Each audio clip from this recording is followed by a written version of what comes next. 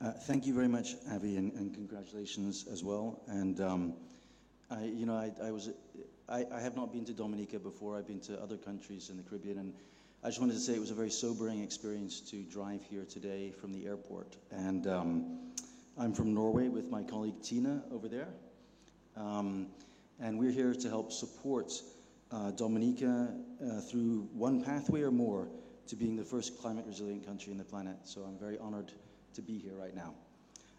Yes, I have a main background. I'm going to delve into that a wee bit. A little bit of background of Grid Arendal. We are a Norwegian foundation. We are supported in part by the Norwegian government with a task to support the mission of the United Nations Environment Programme. We're very fortunate to be in that role. We've done a number of programs. This includes the UN Shelf Programme, which looks at extending jurisdiction for island and coastal nations through calculations of the shelf, which were then submitted to... Is there something wrong? No? He's just waving at me. Okay, that's fine.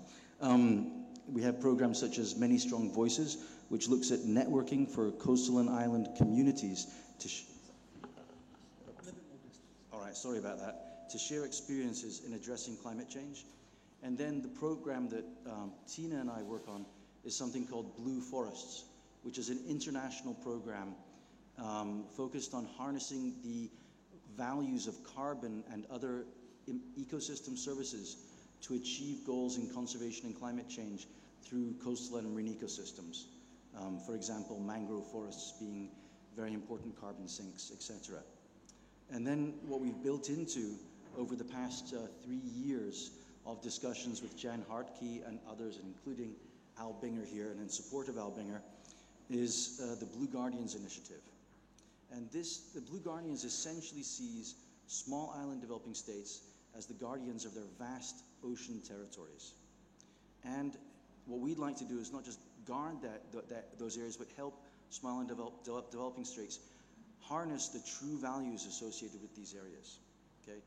And this includes enhancing climate resilience through harnessing these ecosystem services values associated with coastal and marine ecosystems. This is climate change adaptation, mitigation, but also the multitude of other co-benefits. Stephen, one thing. Firstly, I think maybe you need to bring it back. Okay. But I wondered if, sorry, bring it forward towards you. Okay. I wonder if you could tell us a little bit more about how you harness it. What does that mean? Okay, sure.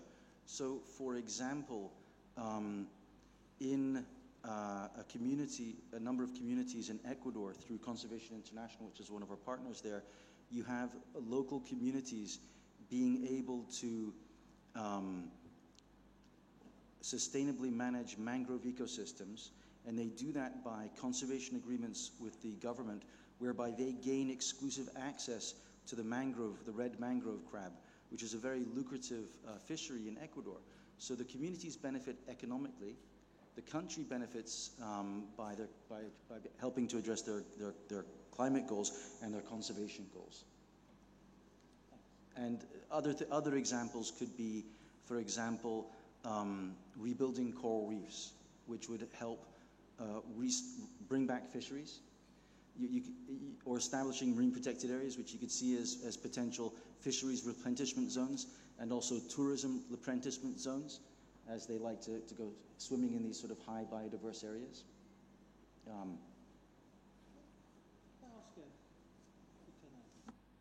Can I ask a question, Stephen? I was discussing when we were thinking about some of the options that Dominica has on trying to get paid for marine conservation.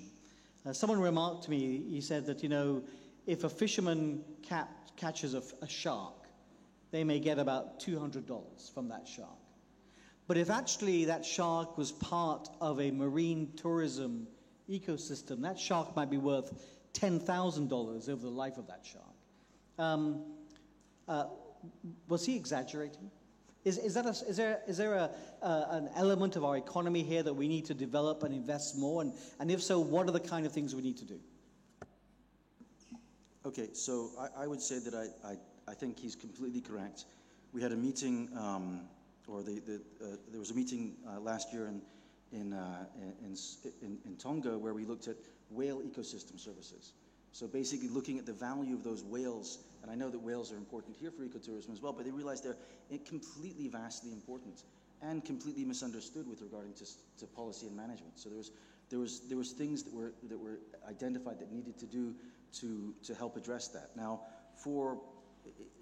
I was going to go through a number of things, but I'll just get to sort of answering your sort of question about if you got into a time machine and went forward. Well, maybe what you would see is more fish in the ocean. You would see coral reefs rebuilt so they could buffer shorelines against extreme weather events. You would see more tourists because of that. You'd see more marine protected areas.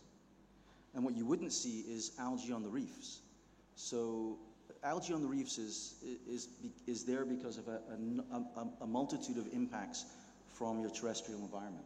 So if your target is the algae on the reefs, then you have to do a whole slew of things to make sure that you have less nutrients, more parrotfish, less overfishing, et cetera, et cetera.